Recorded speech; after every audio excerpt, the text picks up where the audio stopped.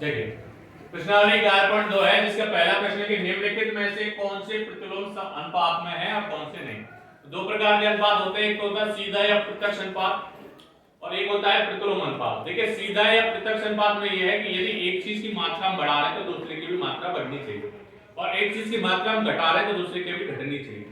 ठीक है, जबकि प्रतिलोम अनुपात में इसका होता है कि एक चीज हम घटा रहे हैं तो दूसरी बढ़नी चाहिए और एक चीज घटा रहे हैं बढ़ा रहे हैं तो दूसरी चीज घटनी चाहिए। तो हमें उल्टा देखना है, प्रतिलोम देखना है कि ऐसे कौन सा है। इनमें से अपने पास 5 स्टेटमेंट है, इनमें से कौन कौन से हैं जिनमें एक चीज बढ़ा रहे हैं या बढ़ा रहे हैं तो दूसरी चीज घट रही है या एक को घटा रहे हैं तो दूसरी चीज बढ़ रही है। पहला देखिए, किसी कार्य में लगे गए व्यक्तियों की संख्या और कार्य पूरा करने में लगा समय। यानी हम ध्यान से देखिए, यदि हम व्यक्तियों की संख्या बढ़ाएंगे, यदि हम व्यक्तियों की संख्या बढ़ाएंगे तो क्या कार्य में लगा समय ज्यादा लगेगा या कम लगेगा?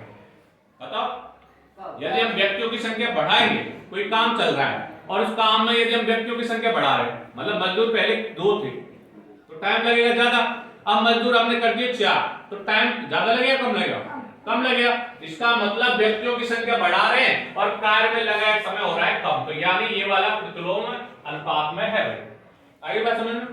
यानी इसको व्यक्तियों की संख्या बढ़ा दी तो काम में लगा समय जो है वो हो जाएगा कम। दूसरा, एक समान चाल से किसी यात्रा में लिया गया समय और तय दूरी। चाल समान है तो दूरी में कुछ परिवर्तन होगा, दूरी तय करने में समय में कुछ परिवर्तन बिल्कुल नहीं होगा, तो ये अपना प्रतिलोम अनुपात में नहीं है क्योंकि चाल वही है। चाल को यदि बढ़ाते तब हमें समय कम लगता। ये कह रहा है एक समान चाल से किसी यात्रा में लिया गया समय और तय दूरी, यानी यदि उसकी चाल को बढ़ाते तो समय कम लगता और कम करते तो समय ज्यादा लगता है, लेकिन यहाँ चाल कैसी है?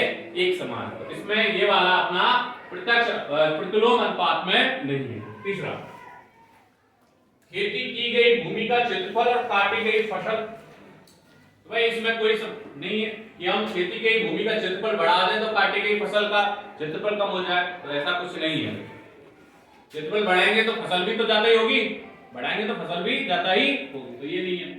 एक निश्चित यात्रा में लिया गया समय और वाहन की चाल, बिल्कुल सही है। यदि हम समय बढ़ाएंगे, समय कम लगेगा, उसको उल्टा देखो, यदि वाहन की चाल बढ़ाएंगे तो समय कम लगेगा और वाहन की चाल घटाएंगे तो समय ज्यादा लगेगा। इसका मतलब ये प्रतिलोम समानुपात में अनुपात में है।